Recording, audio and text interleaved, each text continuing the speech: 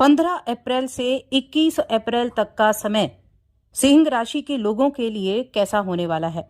जय माता दी दोस्तों, आप सभी का स्वागत है हमारे YouTube चैनल अमृता एस्ट्रो में। और इस वीडियो में मैं बात कर रही हूं अप्रैल माह के तीसरे सप्ताह के सिंह राशि फल के बारे में। ये जो 7 दिन होने वाले हैं, इन 7 दिनों में ग्रहों की स्थिति क्या होगी, नक्षत्र क्या होंगे और इनके प्रभाव से किस तरह आपके ये 7 दिन होने वाले हैं।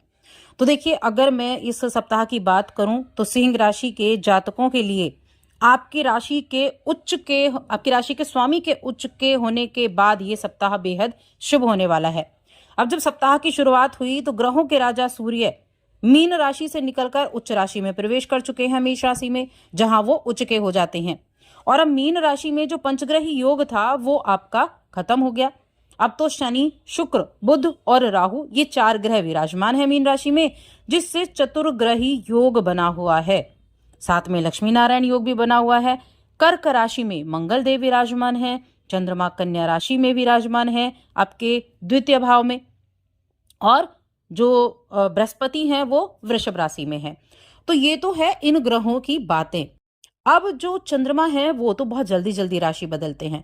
तो चंद्रमा क्या करेंगे? चंद्रमा वृश्चिक, धनु, मकर इन राशियों में गोचर करने वाले हैं। और जब मकर राशि में जाएंगे तो जो शुक्रदेव हैं, बृहस्पति हैं, उनकी दृष्टि आएगी चंद्रमा पर, यानी मकर राशि पर। तो यहाँ गजकेसरी राजयोग भी बन जाएगा।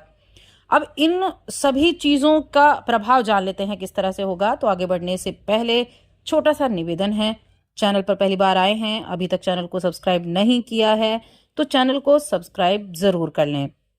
कुंडली दिखाना चाहते हैं तो स्क्रीन पर नंबर मिल जाएगा या फिर डिस्क्रिप्शन में हमारा नंबर मिल जाएगा।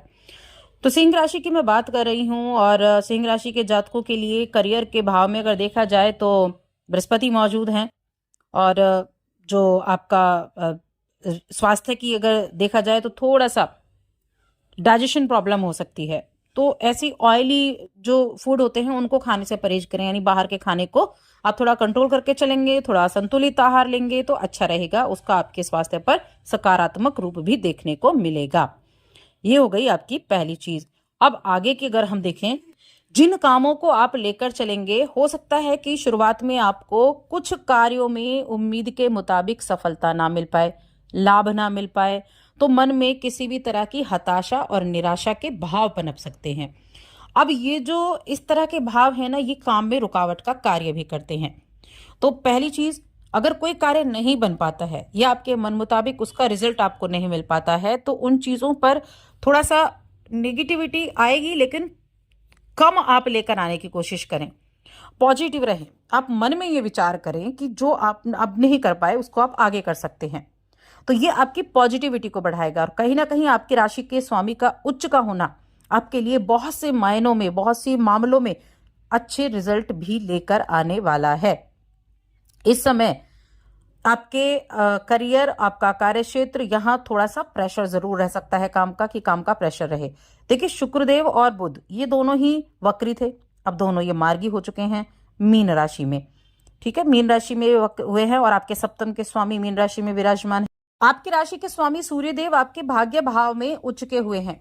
अब भाग्य भाव में आपकी राशि के स्वामी का उच्च का होना, यानी कि केंद्र में उच्च के हुए और आपका राशि को देख रहे हैं, तो ये एक कनेक्टेड हो गया चीजें, जो आपको इस सप्ताह में जब भी आपको किसी के मदद की आवश्यकता होगी, कोई भी करीबी रिश्तेदार हो या कोई भी वो आपका दोस्त हो सकता है, तो हर कदम पर आपको वो सहयोग प्राप्त होगा।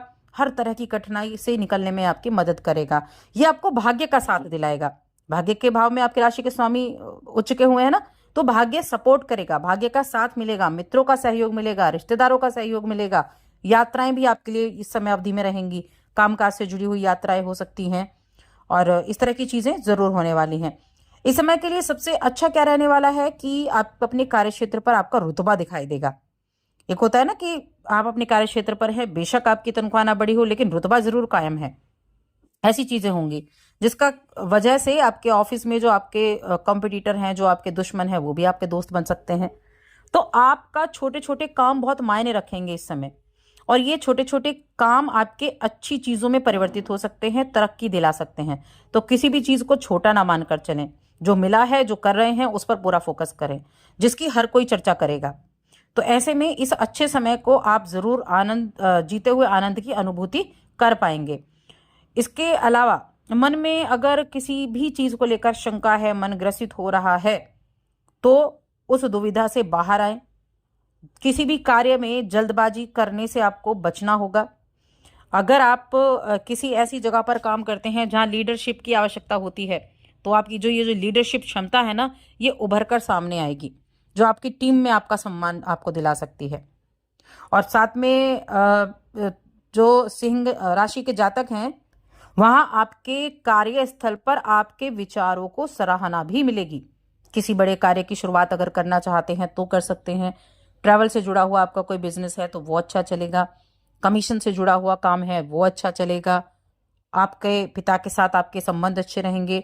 और मैं यहाँ एक चीज बता दूं, आप अगर अपने भाग्य का पूरा सहयोग प्राप्त करना चाहते हैं तो अपने पिता का सम्मान करें इस 1 महीने, जब तक सूर्य यहाँ विराजमान है। और अभी इस सप्ताह चल रहा है, पिता का सम्मान करें, पिता का आशीर्वाद लें, उनसे राय मशवरा साथ साथ पर करते रहें, यानी पिता को प्रसन्न रखें। और इस समय अवधि में आप अपने ज्ञान को बढ़ाने का भी कार्य करेंगे, ज्ञान भी आपका बढ़ेगा। कुछ किसी ना किसी तरह के बदलाव भी इस समय अवधि में देखने को मिल सकते हैं। और दोस्तों का साथ तो मिलेगा ही मिलेगा। किसी बड़े कार्य की शुरुआत हो सकती है, नेतृत्व क्षमता का अच्छा प्रयोग आप कर पाएंगे। तो ऐसा नहीं, चीजें अच्छी भी रहेंगी। थोड़ा सा संवाद पर ध्यान दें, संवाद पर ध्यान देंगे तो अच्छा रहेगा। किसी सामाजिक कार्यक्रम में भाग लेने का अवसर मिल सकता है, या धार्मिक कार्यक्रम में भाग लेने का अवसर आपको मिल सकता है। अब अगर इस सप्ताह में आप किसी भी पेपर पर साइन करने जा रहे हैं, किसी भी चीज से जुड़ा हुआ है, तो उसकी सारी चीजों को, हर एक चीज को उनको ध्यानपूर्वक पढ़ें, ताकि बाद में उसकी वजह से कोई इशू ना हो। इसको तो आपको बेहद अच्छे तरीके से आपको ध्यान रखना होगा। अब मैं शिक्षा की बात करूंगी, तो शिक्षा के मामले में देखा जाए तो ये समय उच्च शिक्षा के लिए काफी अच्छा है। नवम भाव में, भाग्य भाव में, उच्च शिक्षा के भाव में सूर्य उच्च के हुए हैं। तो आपको बाहर जाना था, घर से दूर रहकर पढ़ाई करनी थी, इसलिए अच्छा है। उच्च शिक्षा के क्षेत्र में सफलता मिलेगी। कई शुभ ग्रहों का स्थान परिवर्तन आपकी राशि पर अनुकूल दृष्टि आपकी संगति में भी सुधार करेगा। आपके दोस्तों के साथ, आपके परिवार के साथ आपका सहयोग अच्छा रहेगा। आपको उनके द्वारा सहयोग भी मिलेगा और चीजें बेहतर तरीके से काम भी करेंगी।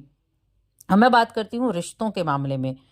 तो सिंह राशि के जातकों के लिए जो प्रेम जीवन से जुड़े हैं, वो अपने प्रेम का इजहार करने की पूरी कोशिश करेंगे।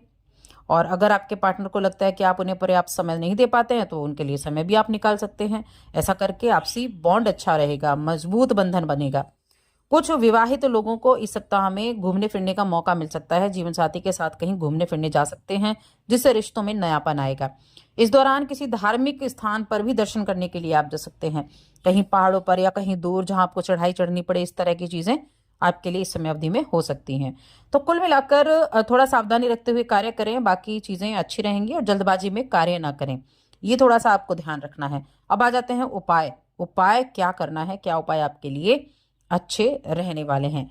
तो देखिए, जो राशि स्वामी भाग्य में गए हैं, एक तो उनको मजबूत करने के लिए आदित्य हृदय स्तोत्र का पाठ करना है, और दूसरा भगवान विष्णु की पूजा भी आपको करनी है। माँ लक्ष्मी और भगवान विष्णु की पूजा आराधना भी आपको करनी है। और साथ ही चैनल को सब्सक्राइब कर लें।